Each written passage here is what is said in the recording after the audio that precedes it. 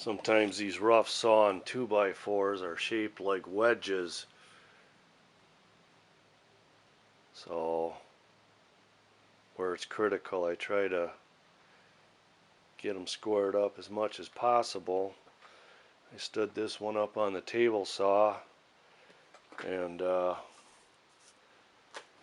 removed this piece of wood. She was strong 2 1/4 inches on that edge, and then it wasn't so bad over here. Took off just a sliver.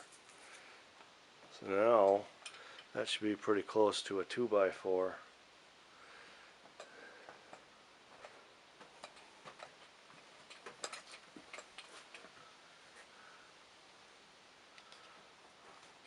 Just thought that was worth noting. Thank you.